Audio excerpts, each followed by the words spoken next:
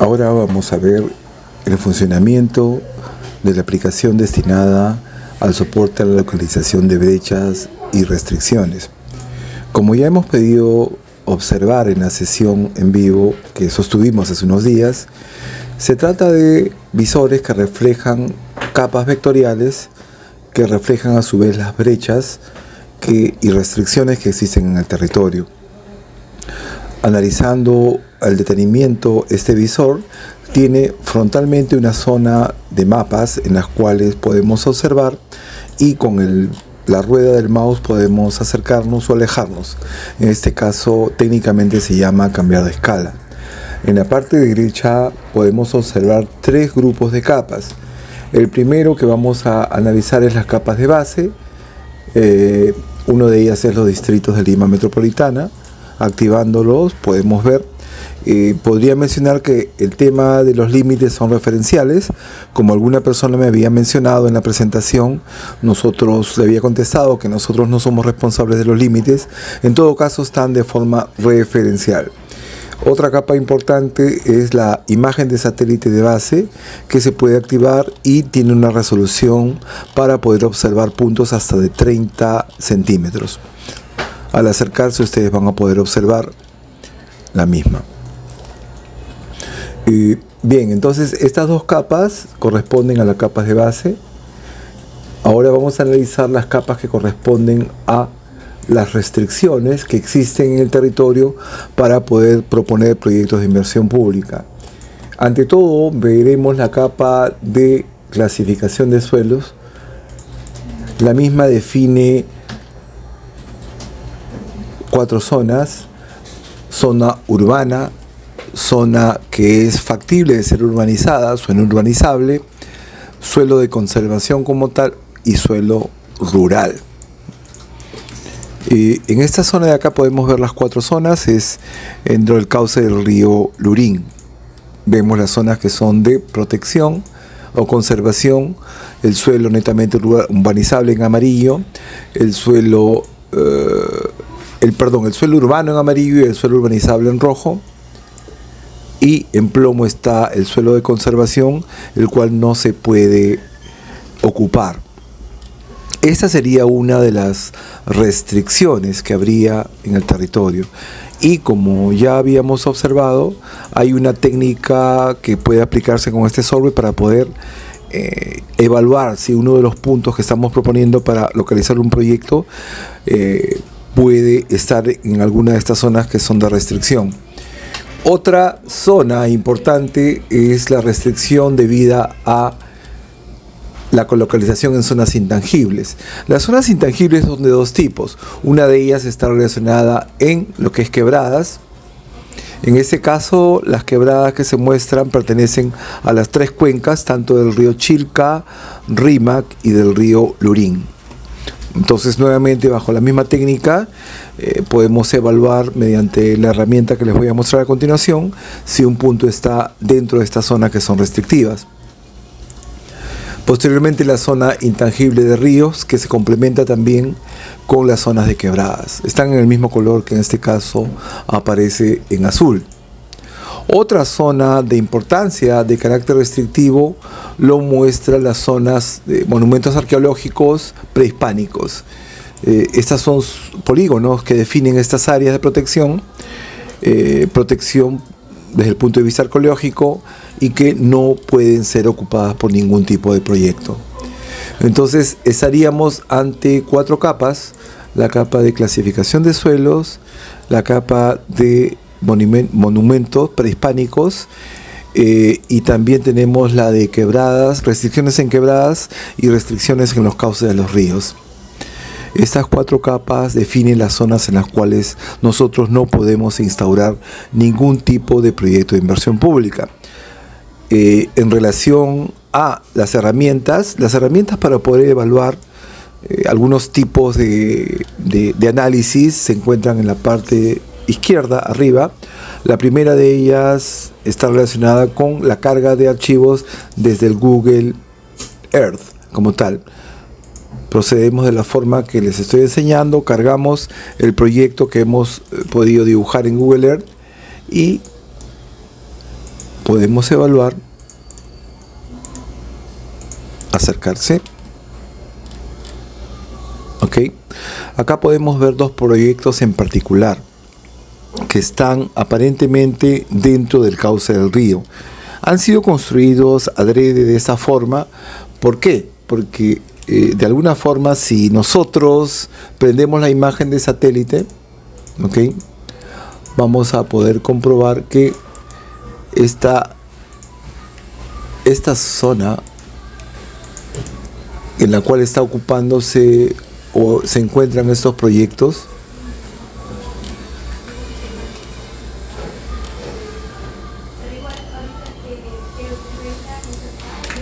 se encuentra dentro del cauce del río. Por eso es que aparece dentro de lo que sería la zona de protección o la zona intangible, debido a que se encuentra dentro de la margen de la faja marginal.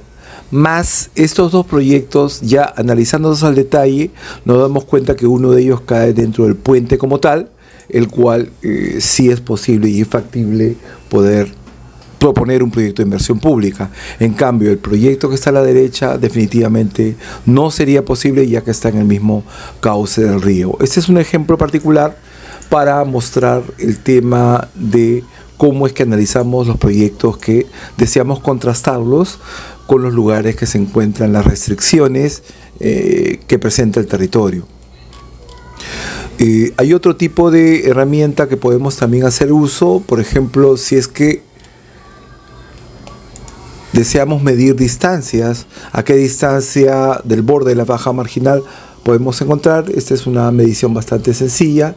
Definimos la unidad con la cual vamos a medir, y con eso basta para poder yo medir la distancia, en este caso 41 metros, para la margen izquierda con respecto a la posición del proyecto, y en este caso a la margen derecha tiene 66 metros. Bien, esta sería otra de las herramientas posibles de ser utilizadas dentro de la aplicación. Otra herramienta la constituye también el análisis que se hace mediante la superposición de capas. Acá tenemos la imagen de satélite y yo quiero conservarla, pero a la vez también quiero analizar el proyecto. Entonces cojo esta herramienta que define una especie de cortina.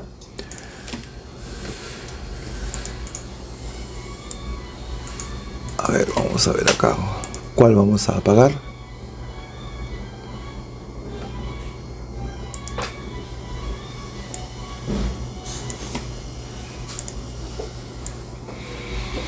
Y de esa forma podemos analizar a la vez dónde se encuentran estos dos proyectos. Bien, son herramientas complementarias al propio visor como tal, que me van a ayudar a poder jugar un poco con el tema de las capas y el tema de la posición geográfica de los proyectos. Otra herramienta también lo constituye. Aquí existe una imagen de satélite, pero aquí también existe una herramienta propia de este tipo de visores que define muchas otras capas de fondo. Por ejemplo, si deseo una imagen donde aparezcan nombres, bien, es imagen de satélite, pero también aparece con nombres. Es bastante interesante porque ya define una toponimia para poder ser usada y poder tener una guía mejor de lo que estoy, donde me encuentro. Puedo cambiar de fondo. Bien. Entonces, esta sería la explicación de las 4 herramientas que se encuentran en el visor en la parte izquierda. Entonces, hemos hecho el análisis de las capas que restringen la posición en la cual podría encontrarse un proyecto de inversión pública. Ahora vamos a analizar las capas donde están, más que todo, la priorización por brechas, es decir, donde sería propicio poder construir, pero bajo ciertas consideraciones. Vamos a apagar las capas que nos han servido hasta ahora de soporte.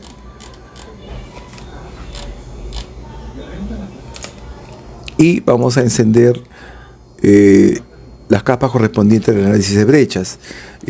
Primero analicemos qué tipo de brechas aparecen en este momento acá. Voy a analizar de la más simple. La más simple es densidad poblacional. Densidad poblacional me define el número de personas que hay dentro de cada manzana. Es decir, los lugares que aparecen más oscuros, y también podemos ver la simbología en esa parte de acá, ¿no? En el cual donde hay el color mucho más oscuro son mayores a 750 personas. Y así varía, ¿no? Entonces puedo ver cuáles son las manzanas en Lima que se encuentran más densamente ocupadas. Hay muchas tipificaciones de proyectos de inversión pública que hacen uso de este tipo de indicador para poder ubicar un parque, por ejemplo, una losa deportiva. Yo, por ejemplo, sería más propicio analizando al azar cualquiera de las zonas que están en ese momento en pantalla, donde podría ser más propicio. Obviamente, de repente en la parte de acá derecha, acá en la parte izquierda, acá es mucho menos denso. Y bueno, de repente el cálculo lo hago con el otro software que es el GeoImpactos. Pero de esta forma me doy una idea de dónde podrían ser los lugares candidatos para poder colocar algún tipo de infraestructura que sea de uso masivo público.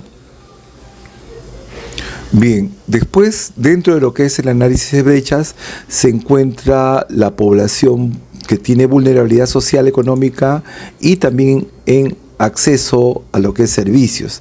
Entonces ustedes van a ver acá lo que son llamados clústeres o agrupamientos de manzanas que adolecen justamente de este tipo de servicios, es decir, son vulnerables a nivel social y económico y de alguna forma tienen algún tipo de servicio de agua potable que no es permanente las 24 horas. Entonces, cuando no es de permanencia las 24 horas, tiene algún tipo de vulnerabilidad. Todo Lima tiene este tipo de vulnerabilidad de alguna forma, mayor o menor, pero en los lugares que ustedes ven ahorita, estos bolsones, es donde se encuentran mayores concentraciones de la población con este tipo de problemática. Entonces, si alguna forma quisiéramos algún tipo de proyecto que vaya a abastecer o dar ayuda humanitaria a este tipo de personas, es mejor que esta brecha sea atacada directamente en los lugares donde aparece agrupada, como lo muestra el mapa. Y la misma técnica para poder ubicar un proyecto, yo lo arrastro con esta herramienta de añadir datos, archivo, desde el Google Earth, ¿no? Y lo paso al software como tal y lo puedo visualizar para su análisis. Bien, esta sería la segunda variable que estamos analizando. Ahora analizaremos la tercera, que es aquella relacionada con el transporte. El tema de la accesibilidad de transporte se define como donde hay poblaciones en las cuales les es más difícil llegar a las líneas o a las vías que están en las cuales están ubicados los paraderos como tales. Los colores más oscuros definen zonas que están mucho mejor atendidas para poder dar accesibilidad a este tipo de servicios. Las zonas más claras, obviamente, las que no. Una zona bastante clara se da en las zonas que están en amarillo, pero en esos momentos hay que discriminar también cuáles de ellas, a pesar de estar amarillo, pero es muy probable que sea más que todo por el tema,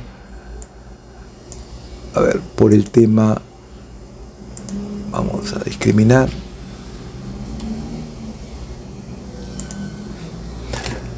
que sea por el tema de que hay un agrupamiento de montañas, ¿no? Entonces no necesariamente es que haya población, pero en el caso particular es por eso que se utiliza la imagen de satélite, hacen un acercamiento, si es que hay algún tejido como tal urbano, y de esa forma sí se puede analizar mejor.